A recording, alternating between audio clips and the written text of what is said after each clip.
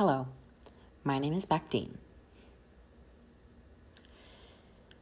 This presentation today will discuss a proposed research topic, ASL Interpreters, Compensation and Professional Requirements.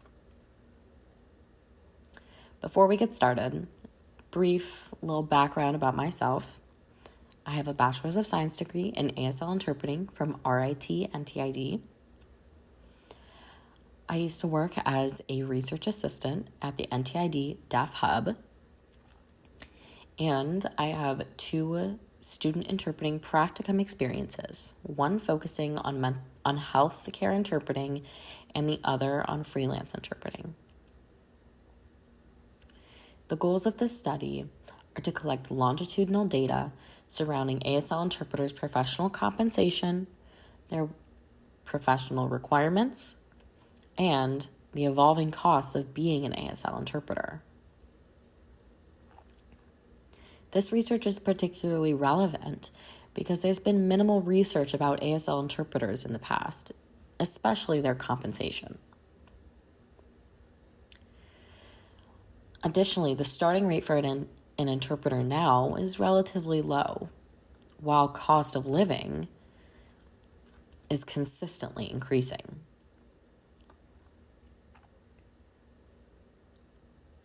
This study's research question is, how have the payment rate and professional requirements changed for ASL interpreters in Rochester, New York from 1964 through 2025?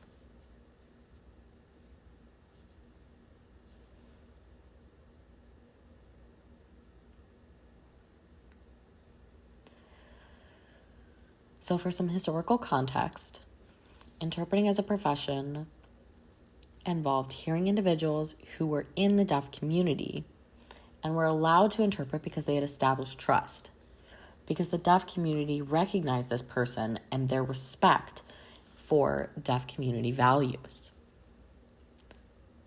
Keep in mind that interpreting services have not always been a paid service. Deaf culture and deaf community value acts of reciprocity more than they valued monetary compensation.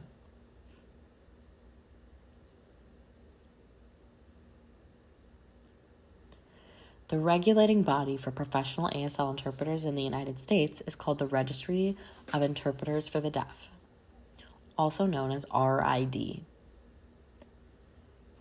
RID was founded in 1964 at the Ball State Teachers College, now known as Ball State University.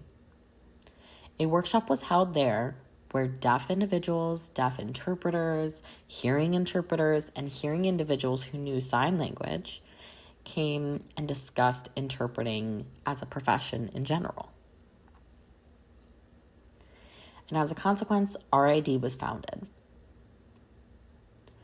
1 year later, in 1965, RID established their long-standing name, drafted their constitution, code of ethics, and their bylaws.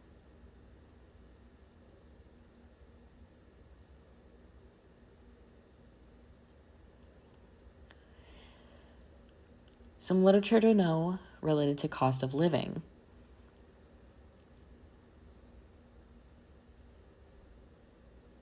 Cost of living can't really accurately be measured, so we use a comparison tool called the Consumer Price Index, also called CPI.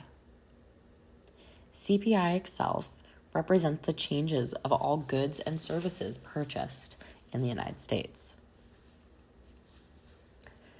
The CPI is also used to measure inflation and the effectiveness of government policies surrounding economics.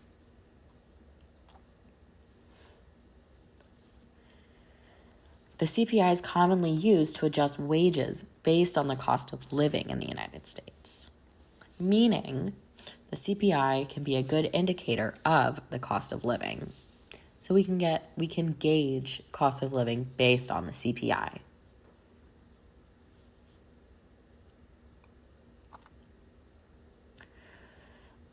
Keep in mind that in 1965, the average CPIU was 31.5.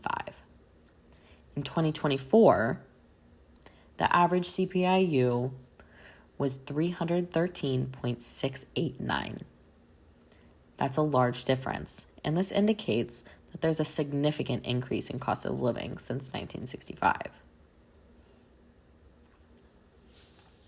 Now some literature revolving around the evolving costs of being an ASL interpreter. Certification is something that is important to have as an interpreter nowadays. Certification has value because it offers interpreters credibility, opportunities to continued education, industry standardization, and it establishes trust with deaf individuals and the deaf community. There are 2 certifications currently offered by RAD, the National Interpreter Certification and Certified Deaf Interpreter Certification. Both certifications are quite expensive, and in order to get the certification, you must meet the eligibility to take the exam. Within the eligibility requirements, there are inherent costs that come along with that.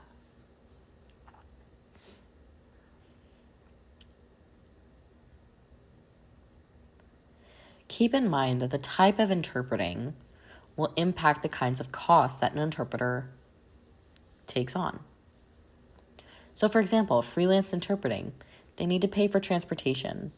They'll need office supplies and often tax services, among many other costs that they might endure. Another example is in the video relay service or video remote interpreting industry. Both have costs as well.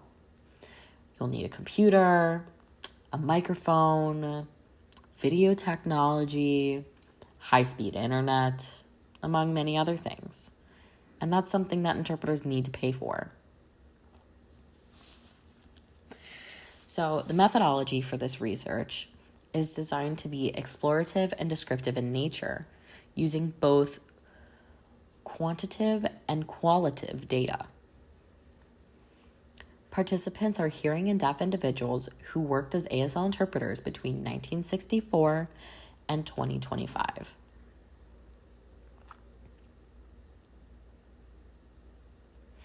Data is being collected through surveys where participants will self-report their responses and their information.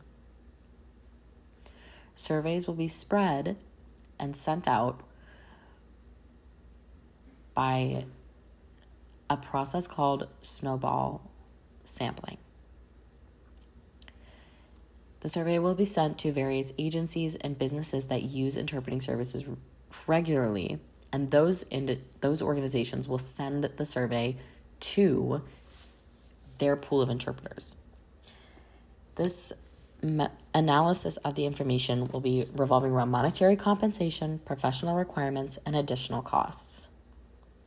The anticipated outcomes of this research are to establish a clear and detailed understanding of how compensation for ASL interpreters, professional requirements, and evolving costs have changed for interpreters from 1964 to 2025.